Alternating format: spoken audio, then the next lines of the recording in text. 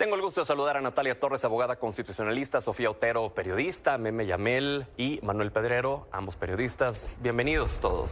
Gracias, Pedro. Buenas noches. A ver, viene mañana entonces la insaculación después de una semana de drama en donde iniciamos con esta resolución del Tribunal Electoral que dice, ok, entonces lo del Comité de Evaluación del Poder Judicial, pues ahora se va al Senado de la República, habrá insaculación. Y luego vienen las renuncias de los exintegrantes de este comité de evaluación. Ahora vienen estos señalamientos de que se hicieron triquiñuelas, dice el presidente del Senado, para cepillar y que llegaran los que el Poder Judicial quería que llegaran. ¿Qué opinan ustedes de todo esto que se está viviendo, Natalia? Mira, creo que todo esto viene de una crisis constitucional gravísima, de las peores crisis constitucionales que ha tenido el país, que aunque no se quiera ver, así se le llama, ¿no? Les encanta siempre preguntar dónde dice en la Constitución. Bueno, ¿dónde está facultado en la Constitución que el Tribunal Electoral puede invalidar una suspensión en materia de amparo? Punto número 1. Punto número 2, ellos mismos hicieron una reforma que en su transitorio decía que la Constitución no se puede interpretar. Y ahora resulta que aunque tenemos un artículo 96 constitucional que ellos hicieron para que básicamente si no se presentaban las listas a tiempo, ya no hubiera más oportunidad, ahora resulta que se van a ir directo a la tómbola, ahora resulta que si hay interpretación. Creo que son unas faltas graves en materia constitucional. Me parece que rompe por completo el principio de equidad, me parece que no llegan con las mismas oportunidades, punto número 1. Punto número 2, con los criterios de ser elegidos para estar en esa tómbola. Y punto número 3, con una falta gravísima a todo el tema constitucional, a toda la teoría constitucional y a su propia reforma constitucional, que es lo más grave. Es lo más grave. No se cansaron de decir que dónde estaba en el artículo 61 de la Ley de Amparo que sí podía ir contra una reforma constitucional. No se cansaron de decir que no estaba en la Constitución. Bueno, ahora solamente quiero que me contesten dónde está en la Constitución que un tribunal electoral puede suspender, de invalidar una suspensión en materia de amparo. Meme, ¿qué responde? ¿Quién dice que la Suprema Corte tiene facultades para resolver en materia electoral? La Suprema Corte no ha resuelto nada en materia electoral. Exactamente. En materia de amparo no es materia electoral. Exactamente. Perdóname, no Entonces, lo es. ¿por qué procede un amparo en materia electoral que no debería de haber todo el sido argumento de procedencia, de hecho, sí tiene fundamento en derecho. Tiene derecho comparado, tiene teoría constitucional, tiene la teoría de la sustitución de Colombia, que es extraordinaria. Sí está fundamentado en derecho. La procedencia, el amparo ni siquiera se ha otorgado, no se ha ganado ni se ha perdido. Pero hay una estaba la procedencia. ¿Y sabes qué es lo más grave? Que ven la suspensión como un castigo al Poder Legislativo, o como un castigo a la presidenta. Cuando la suspensión es una medida cautelar para garantizar los derechos humanos, que básicamente vienen de dos vías: paralizar efectos que puedan dañar derechos humanos o simplemente no hacer que se provoquen los derechos humanos. Y los derechos humanos que están violando de las personas que estaban registradas en el Comité de Evaluación del Poder Judicial, que no pueden participar. Presentaron un recurso en materia electoral. Exactamente. Al no acatar una suspensión, te estás autoproclamando Tribunal Constitucional, como si qué. Y entonces, al proceder un amparo electoral que no tiene de origen castigo ni a ningún poder legislativo, no, en realidad es un castigo, no, porque yo no sé. A ver, una a la vez, por favor, Meme, yo adelante. no sé, eso es castigo al poder legislativo o castigo al poder ejecutivo, no. En realidad el castigo es para los que integraban esa lista de personajes que querían ser candidatos por el poder judicial. Eso es el castigo para ellos. A ellos es a quienes se les quedó mal, a esas personas. Utópicamente vivimos con esta narrativa de que estamos en una dictadura o que Morena va a dictar todos los nombres y que entonces son los nombres que van a salir en la tómbola, y regresamos otra vez al debate de la tómbola, pero en los hechos la justicia pues es muy ciega, y hoy más que nunca tenemos un juez que forma parte del grupo que se ampara. Entonces él solito se amparó, y estoy hablando particularmente de este juez que se llama Javier Molina, que se ampara, o sea, es este juez el que se ampara, que es maravilloso, me parece maravilloso el tema. Él solito se ampara, él es el que acepta el amparo. Después hace todo el trabajo y antes de emitir la sentencia o de emitir su posicionamiento renuncia al grupo que solicita el amparo. Pero él también está en la elección judicial, él también es candidato a la elección judicial, entonces es juez, parte, y hay un conflicto completo de intereses. Ese amparo es el tema, evidentemente, es uno de los muchos temas por los cuales hoy otra vez se le vuelve a fallar a la gente. Y ¿quiénes quedaron en el limbo? Las personas que comieron el Poder Judicial. ¿Quieres responder rápido? Sí, no tendría por qué ser así si siguieras un proceso de Estado de Derecho. Si bajo una suspensión, que ni siquiera está diciendo que la reforma no va a pasar porque ya es constitucional, pausaras para que se resolviera conforme a derecho y entonces se volviera a integrar. Pues otra vez hay que todo por... No estás viendo que está llena de errores, ¿No estás viendo que está llena de deficiencias? Que hay una crisis constitucional que la reforma no puede aguantar porque está mal hecha, porque está hecha literalmente con las patas, porque repiten artículos, porque están violando su propia reforma. No se permite la interpretación y la están haciendo. A ver, vamos con Manuel. Adelante, es impresionante, Manuel. de verdad. Es impresionante. Bueno, de entrada, el presidente del Senado creo que se queda corto con Triquiñuela. Esto es una chicanada. Es el boicot total en su máxima expresión. Y no es nada nuevo, porque ahorita lo que vamos a ver en los medios de comunicación es a los defensores de la antigua Suprema Corte, porque ya viene transformada y con creces, el argumento de, es que estoy interpretando. Sí, nada más que esta gente hasta hace poco también interpretaba que la mayoría, en el caso de la Suprema Corte de la Sala, no eran 9 ministros, sino 4. O sea, tienen facultades, según ellos, hasta para cambiar la aritmética. El terror de Pitágoras, desde luego, se da en el Poder Judicial. Y esto no solamente no es nuevo, sino que también incluso es predecible. Si uno analiza a los integrantes del Comité del Poder Judicial, no solamente forman parte del grupo compacto de Norma Piña. Yo voy más allá. Los que terminaron siendo aceptados en esta lista, sin la insaculación, a pase directo, que me parece gravísimo, porque no eran ellos que decían que hay que privilegiar la idoneidad de los perfiles, hay que privilegiar quienes sí tienen el ritmo académico, quienes sí pueden ser los mejores aspirantes, y la Corte se hace el harakiri y empieza a plantear la idea de, no, necesito a esta gente directo. Y en un momento más, si me lo permites, vamos a estar analizando quiénes son esos perfiles, porque no fue una renuncia esporádica ni espontánea, ni tampoco fue un boicot digamos, a lo improvisado. Hay un plan bastante perverso para que esta gente aparezca en la boleta y los mexicanos merecen saber quiénes son esos perfiles. Sofía. Con esta suspensión que solamente acata el Comité del Poder Judicial, Meme mencionaba que es un castigo para las personas candidatas, pero no solamente, y hay que tenerlo claro, es un castigo para aquellas personas que buscaban una candidatura a través de este comité. Es un castigo también para todas las personas votantes que estábamos viendo en el Poder Judicial, una opción quizás de contrapeso, porque a ver, vamos a entender algo. Quieren decir que este sistema nos va a dar a ministras y a juezas completamente transparentes. Sabemos que el sistema ya de por sí era corrupto y nunca lo voy a negar, pero el tema es que entonces tenemos ahora una propuesta de que sea el legislativo y la presidencia quien evalúe estos perfiles, como si eso no nos fuera a dar perfiles probablemente partidizados. Entonces, el Comité del Poder Judicial era quizás esa posible alternativa que ahora las y los votantes pues no vamos a tener. Estas personas van a ir entonces a la tómbola y se está saltando ese paso de evaluación que tenía que hacer el Poder Judicial y va a ser pues prácticamente aleatorio, obviamente con todas las personas que cumplieran las características. Y otro punto de lo que hablábamos de Noroña, de estas chicanadas, ¿no? De los perfiles sospechosos que están ahí. Bueno, hablamos de Marisela Morales, extitular de la PGR con Calderón, pero también creo que hay que señalar que está Paula María García Villegas Sánchez Cordero, que es hija nada menos que de Olga Sánchez Cordero, morenista. Entonces, bueno, yo creo que es un pequeño ejemplo que nos vamos a dar cuenta en cuanto más se vaya acercando la elección. Claro que estos perfiles van a estar partidizados, es inevitable. Y lamentablemente ahora que el Comité del Poder Judicial se sale de este proceso, pues eso va a ser simplemente más sencillo de ver. ¿Coincides o difieres en que están partidizados los perfiles que están? No, en eso sí coincido por completo, no, sí. Pero creo que va un poquito y un pasito atrás. Me parece que dentro de todo este tema de una crisis constitucional, el entender una suspensión como un castigo a una persona me parece un error garrafal. En general, si estamos hablando de una reforma constitucional, me parecería que el elemento más importante para poder hablar de una reforma constitucional sea la teoría constitucional. Y algo que es muy importante, que me gustaría que todo el mundo supiera, es una suspensión es para la gente, para la ciudadanía. Si creo que me están violando los derechos, en lo que se decide si sí o si no, esa suspensión es para que no lo hagan. Pero el problema es que la presidencia y el legislativo no acatan. Entonces solamente dejan a esas personas. Entonces, ¿de dónde se inicia una crisis constitucional? Claro, estoy de acuerdo. Es un debate entre la moral o sigo la ley. Y entonces, cuando solamente el legislativo es el que acata este amparo, el que sigue la ley de la forma correcta, yo creo tú interpretarías, entonces pues quienes terminamos afectados somos todas y todos nosotros, ¿no? Entonces cedemos a un juego político. Hoy estamos en un punto de México pero el legislativo y la presidencia no la obligatoriedad de resoluciones judiciales. a ese punto de una crisis. Entiendo, pero ese es un debate teórico, tenemos que ver lo práctico y cuál es nuestra realidad. Y la realidad es que la presidencia y el legislativo no se van a bajar, que ellos nos dejaron bien claro.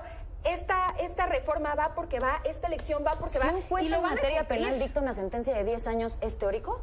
O sea, yo veo si cumplo o no, veo si me llevan al bote. Los 10 años son teóricos. No es el caso. Literal es el caso. Literal es el caso. Están diciendo básicamente con el Tribunal Electoral, es exactamente como si un tribunal de lo civil dijera inválido una orden de aprehensión. Manuel. Es lo mismo. Bueno, de entrada yo diría que los ministros hace mucho tiempo que dejaron de actuar como abogados para comportarse como politiqueros. Por más que la teoría se quiera explicar, todo acto que hemos visto en los últimos 2 años, desde que la ministra presidenta Norma Piña está en el cargo, no ha sido un acto teórico, ni jurídico, ni con la Constitución en la mano. Ha sido actos políticos. Ir a la casa del presidente del PRI es un acto político. Sabotear la reforma judicial es un acto político. E incluso una vez cuando está promulgada en el Diario Oficial de la Federación, llamar a una sesión de urgencia y tratar de que los otros ministros voten en contra del proyecto de Alcántara Carrancá es un acto político. No actúan con la ley, se creen la ley.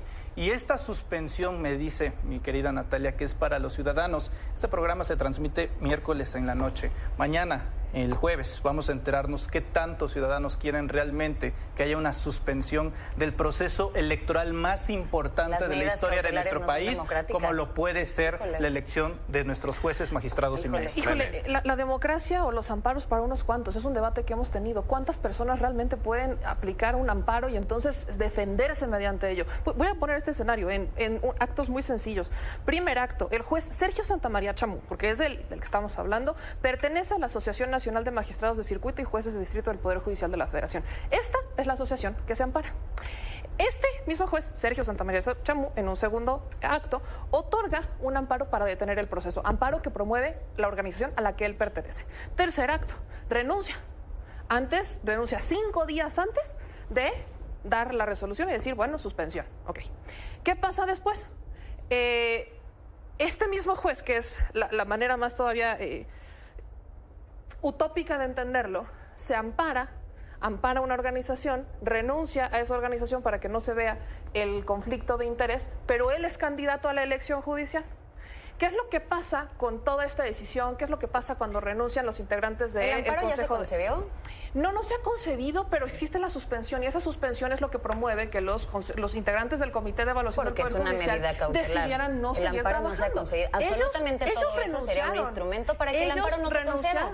Para que no se conceda. Mientras tanto... Y para pronto, renuncian y 3 de los integrantes de ese mismo comité son también integrantes de la Asociación Nacional de Magistrados que pide también ese amparo. Entonces, la misma que trajo a Cedillo a México. Insisto, ¿el amparo ya se concedió? No, pero ahí está. La intención es grotesca. Se puede perder, estamos de acuerdo. La intención es grotesca. Por supuesto, se puede perder. Híjole, si cumplieran sus pensiones sería mucho más rápido. ¿En cuánto tiempo? Mucho más rápido. ¿Cuánto tiempo? No tengo idea de cuánto tiempo. ¿Puede ser un Seguro año? mucho más rápido. Podría ser un año. Okay. Entonces los ciudadanos tendremos que esperarnos todo un año a ver qué deciden los mismos que se han amparado. Y las personas con derechos humanos vulnerados. Y los derechos humanos de las personas. ¿Cuáles derechos humanos violados? ¿Por qué el Poder Legislativo actúa como un control constitucional? Se lo ordenó el tribunal. Porque ellos se lo ordena el tribunal. ¿Qué crees? Es parte del Poder Judicial. En que la elección está en curso. No te puedes amparar. Como el sociólogo Fernández Noroña que tiene pantalones para decir dónde estudiaron derecho el sociólogo. Una pregunta, ¿dónde la Constitución dice que el Tribunal Electoral tiene facultad para invalidar una suspensión en materia de amparo? ¿Qué tribunal? Lo que parte de la Constitución dice que un juez puede ampararse contra una elección. La respuesta también es no. Se puede. Y no te puedes amparar ni en contra de la Constitución. ¿No decía que no podía interpretarse la Constitución? La Constitución y la reforma dice, 96 ¿qué dice? El artículo que se acaba de Meme, Natalia, no se entiende si ambas hablan a la vez. Sean ordenadas, por favor. Sofía. Bueno, el debate breve que tuvimos Natalia y yo, creo que coincidimos más que en lo que diferimos. Entiendo en el punto teórico, digo, no soy abogada, tú sí. Entiendo que si en un mundo ideal todos hubieran acatado, ¿no? Todos los poderes, tanto el legislativo, la presidencia, el poder judicial. En este caso no fue así, entonces, como decía, se vuelve un debate entre si el poder judicial se iba por un tema moral o un tema legal. Los otros se fueron por el tema moral. A su moral, la reforma judicial es necesaria y así como está, les parece perfecta, yo difiero, pero tenemos al Poder Judicial que dice, bueno, yo voy a seguir pues, la ley, ¿no? Que debería ser lo lógico en un mundo ideal. Estoy completamente de acuerdo contigo. Lamentablemente no vivimos en un mundo ideal, no vivimos en un país ideal, y entonces tomaron una decisión que directamente nos afecta a todas las personas que estamos aquí. Entonces, ese es el tema principal para mí. Entiendo perfectamente que así debió ser, pero el legislativo y la presidencia nos dejaron muy claro que no iban a acatar. Y entonces en el momento en el que el Poder Judicial sí lo hace, sucede lo que está sucediendo ahora, que ellos no pudieron evaluar a todas las candidaturas que tenían y no nos dieron a nosotras la posibilidad de ver, bueno, voto por candidatas y candidatos del oficialismo o voto por estas otras candidaturas. Nos están diciendo, bueno, ahora quienes salgan con PJ en la boleta, Poder Judicial, van a ser personas sacadas de forma meramente aleatoria mediante una tómbola. ¿Quieres responder? Sí, coincido por completo y creo que aquí el tema, y como empecé, es hay una crisis constitucional. El gran tema es que primero tienes que reconocer que hay una crisis constitucional y una crisis del Estado de Derecho para arreglarlo. Totalmente una crisis del Estado de Derecho. Lo que hoy me preocupa es no están creyendo que haya una crisis del Estado de Derecho. No ven una crisis constitucional. Tampoco ven la inseguridad y tampoco si no la ven, cosas. ¿cómo la vamos a solucionar? ¿Cómo salimos de ahí? Manuel.